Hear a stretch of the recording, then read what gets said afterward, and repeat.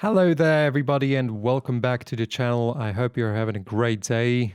Today we're going to talk about a new game of mine that I bought a few days ago, and that it looks like I'm going to play for a very long time now because I just fell in love with it, and that is Escape from Tarkov.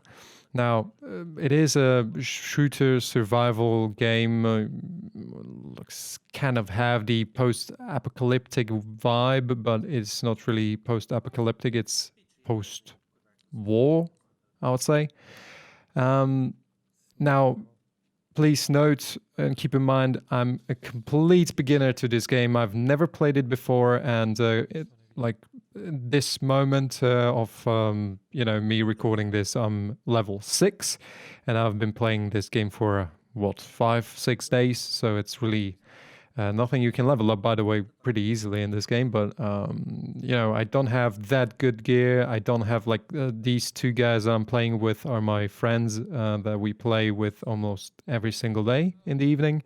And one of them, Aesthetic, just brought me to this game because he's been playing it for quite some time now, and he thought, why not? Let's just enjoy it together. And I always wanted to play a game similar to Rust, but different from Rust, if you know what I mean, because I didn't like some features in Rust, and this game just completely overwhelmed me, which is so nice. I'm always looking forward to play this game in the evening.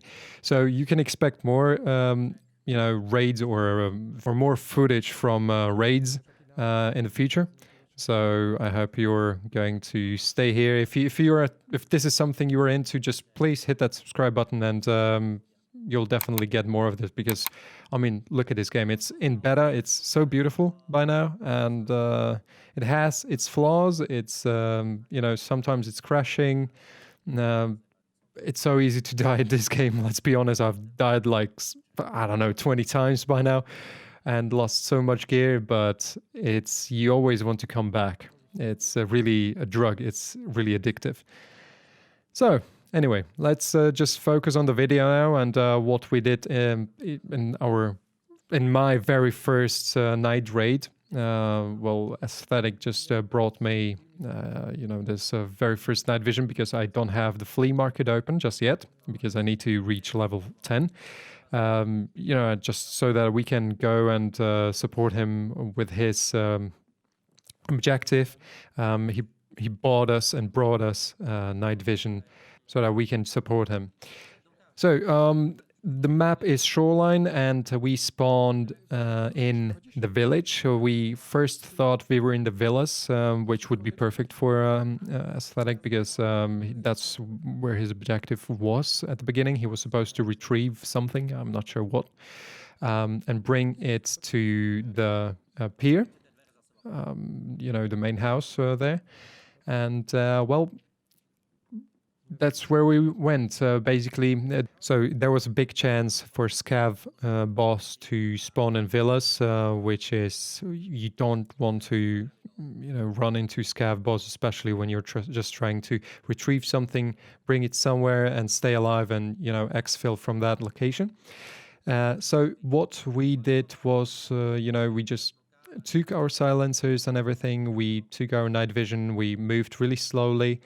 And so we just wanted to get as much stuff out of this house as possible when we were already in it, because it was really quick to retrieve this thing from this house for Aesthetic. So that's what we did. And as you can see now, I'm just looting everything that I can, everything that I see. Unfortunately, as I said, I don't have so much stuff. I don't have some keys. So, for example, the safe was locked. Also, we were just trying to do this as fast as possible because the sounds in Tarkov are half of the game. You have to be really quiet, otherwise the enemy is going to hear you, and you don't want that. You definitely don't want that. So I really don't know how long this video is going to be. I just clicked play, and I'm going to narrate this. And right now, actually, I just realized that if you take out compass, it shows you the bearing in the right corner, which I did not realize back then. which makes it really like a lot easier because I was just trying to read the bearing based on north, you know, from compass. So it just makes it so easier. So I didn't realize. I just didn't, which is a little bit funny. I'll cut it down to parts where I'm talking about something and where I'm not. If I'm not, then, you know, I'll just cut it out and we'll see how long the video will be. I hope you'll enjoy it. And yeah. So this is us, you know, just posing for a photograph, which in the end looked like this. Also, I'm definitely not going to record myself when playing Tarkov. It's just, you know, the raids are just so long and it just combining the video and the audio from the camera with the game would be just so time consuming. And I don't think it's really important to see me in these videos. So I'll just, you know, go ahead and cut that out. And, you know, just provide you with a recording of the game, which is, in my opinion, more important than the video of my face. Anytime. I mean, yeah. Now, when we have a little bit of time where we are basically just, you know, covering corners, I would like to talk about this game and the atmosphere that you get out of it. I have, unfortunately, it has been quite a long time since I've experienced this feeling. I think it was, that was a few years ago when I, you know, just began to play a game like this and got goosebumps, you know, and adrenaline flowing through my body. And I literally started shaking, you know, when going into action because I was just so nervous not to lose anything. So yeah, I mean, this game really brings you this feeling, especially because you're just loot afraid, like you have your loot fear that you're going to lose things. You know, here, for example, here, Slovak had a great idea to just scare me with shooting. Yeah, Tarkov just brings you this feeling, this incredible feeling of fear. Even though you're not in real danger, but yeah, you understand. It's just, it feels so real, especially with all the sounds, especially with headphones. To just comment on what is going on in the game right now. We're trying to regroup outside the house, but it's a little bit difficult with all the bearings and everything. Especially when wearing these goggles, night vision. We heard some shots being fired right from us where I'm looking right now. So we decided to run the other way, you know, just run away from them because Aesthetic already had this at the beginning of the quest. He still has to deliver whatever he picked up back to the Pier house. This is the part where I just fall down and it scares the living crap out of me again. But yeah, we're just running away, trying to keep it in the bushes, not being seen by anyone. And yeah, to describe the general situation in the game, it is night. It is around 1 o'clock in like at night. So it might look very bright to you above the sea, like in the sky. But it was really pitch dark. You could not see anything. You could just see the silhouette. So definitely do not recommend going out there without any, you know, either NVG or flashlight, anything. So we decided to go to the very, very beach next to the sea and to make our way to the pier. However, we had to cross in a few minutes to the other side because it was still quite open, and if there was somebody on the rocks on our left, we would definitely be like sitting ducks, which you don't want to in this game. So here we decided to go completely covered. We turned off our lasers. We just tried to be completely pitch black. You know, we're not even here. We tried to run up the hill, but it was just too steep. And we did not really want to go back in case somebody was following us, you know, just running back into them. So we decided to go a little bit further and run up the hill right there. And this everything was quite dangerous because if there was somebody on the rocks, on the fallen rocks right in front of us on the road, they could totally just shoot at us, in one line. There was almost no spacing between us. If Aesthetic, who's in front of me, dropped dead, I would be just next in the line. So that's, you should really not do this. We try to get out of this situation as soon as possible. Now, there is a gas station in front of us where scavs usually spawn, and people usually go here to farm scavs, scav kills and everything. And I think I saw someone here right in front of us at the gas station, run around. Yes, that's correct. I just confirmed that with the game audio. And at this point, there is a scav on top of the road above us, where I'm looking right now. But we decided to, just leave him there, not engage at all. Especially because we thought if there is somebody going from our back, they're going to have to engage him. Well, 90%, or they're going to decide to leave him alone like us. But, people usually engage scavs because they're easy picks. And we would hear that and we could just, turn around and defend our position. But that actually never happened, so we did not have to do this. But we just ran into one scav right here. Shots fired, he's there. We have NVGs. He had flashlight. I didn't see at all nothing. So shots fired. We just had to move really quick. This was one of our first contacts, if not the first one at all. And now we decided just to go very slowly and to clear out the compound, the pier. Aesthetic, this is the building where he needs to deliver. And he found one more scav inside. It was very unwise of us to, push inside to leave him push inside without us. Luckily, he was able to just destroy this guy, and he was bleeding out. So I went inside to cover him a little bit.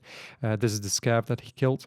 Whatever he had, I still don't know what it was, but he just left it here, and we were just finally ready with the quest. But the important thing is he still needs to exfill and hand it over to the contact, to the therapist, to the dealer. But he can do that only after he exfills. So he was still in danger.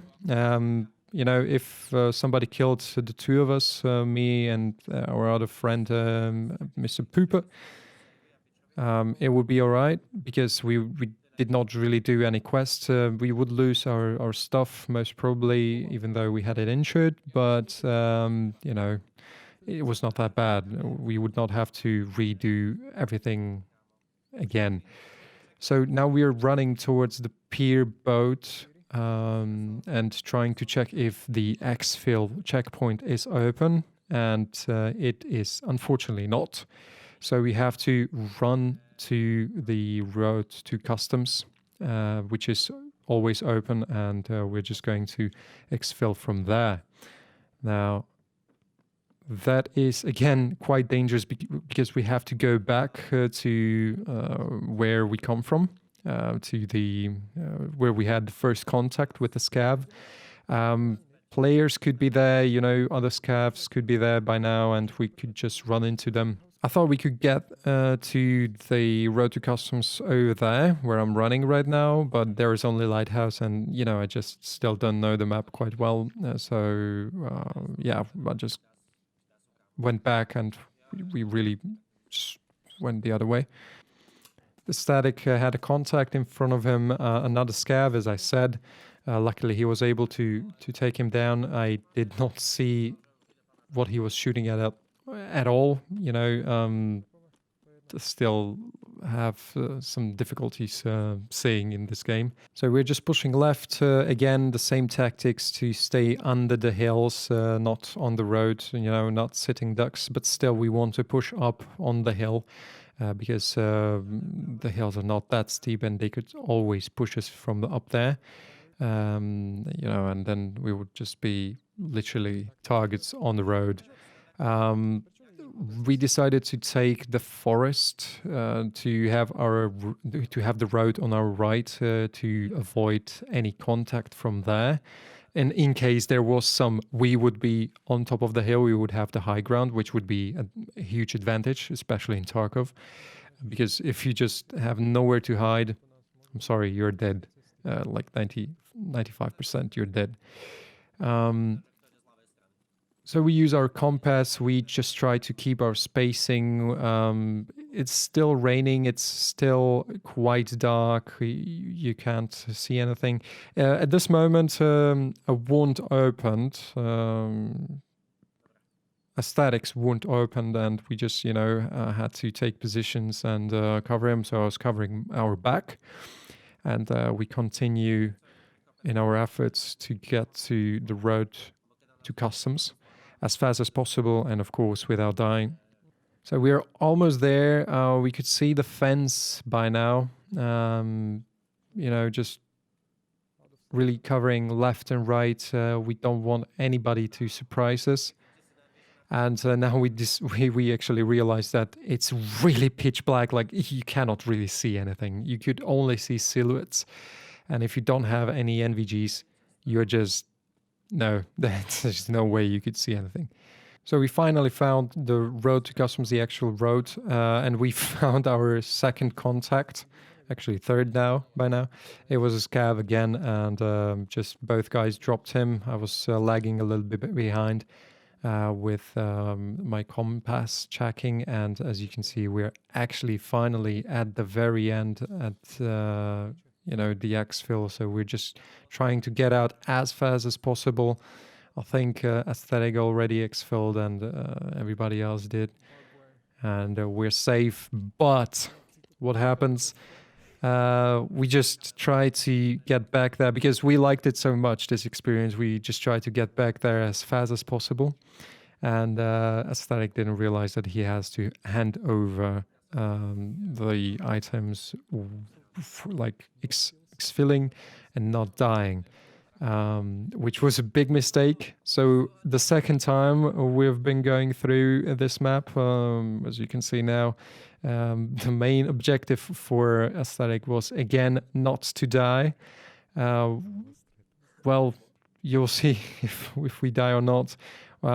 We've also had some player contacts the second time, but you'll see in a second. So the second time we spawned, we were kind of in the middle of the map. There was, I think it was under the tower on the hill.